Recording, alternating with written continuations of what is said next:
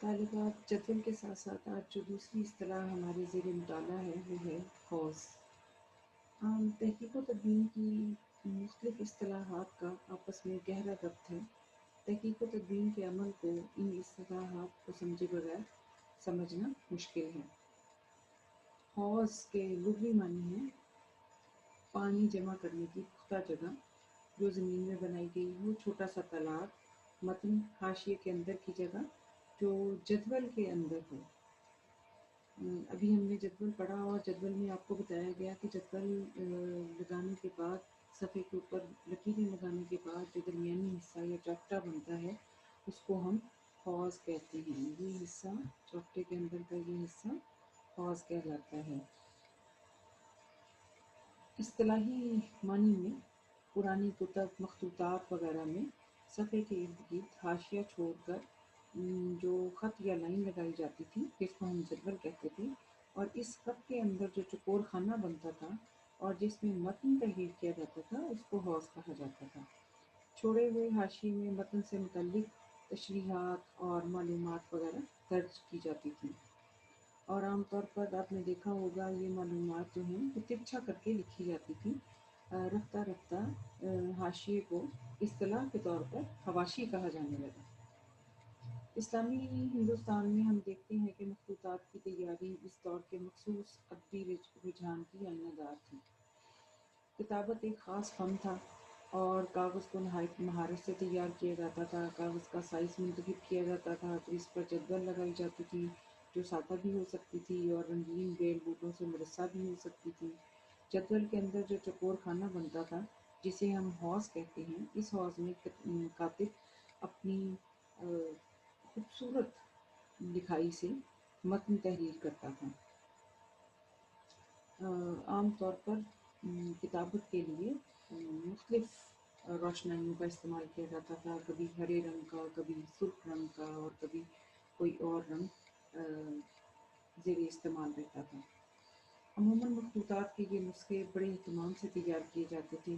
شاعر، مصنف اپنے دیوان اور تصنیفات کے مخطوطے خود تیار کرواتے اور اہل علم و صاحبان ذوق کو پیش کرتے تھے۔ غالب نے نسخہ حمیدیہ اور نسخہ لاہور اسی طرح تیار کرائے تھے۔ ایسا بھی ہوتا تھا کہ صاحبان ذوق خود ایسے نسخے تیار کرائیں اور پھر یہ نسخے کسی کو پیش کریں۔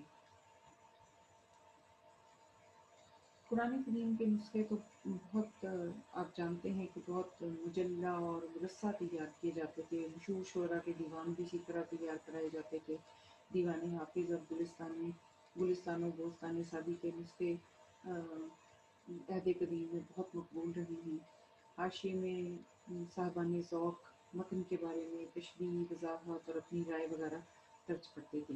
بعد میں آنے والے دنوں میں یہ جو سلسلہ تھا حاشیے میں لکھنے کا، اسے باقاعدہ اصطلاح کے طور پر حواشی کہا جانے لگا، اور مختلف لوگوں کے لکھے ہوئے حواشی پر مزید حواشی تحریر کیے گئے ان کی وضاحت کے لیے، یعنی جو حواشی کسی نے تحریر کیے تھے کسی مصنف نے یا کسی لکھنے والے نے، اور اس کے بعد پھر ان حواشی پر بھی حواشی تحریر کیے گئے۔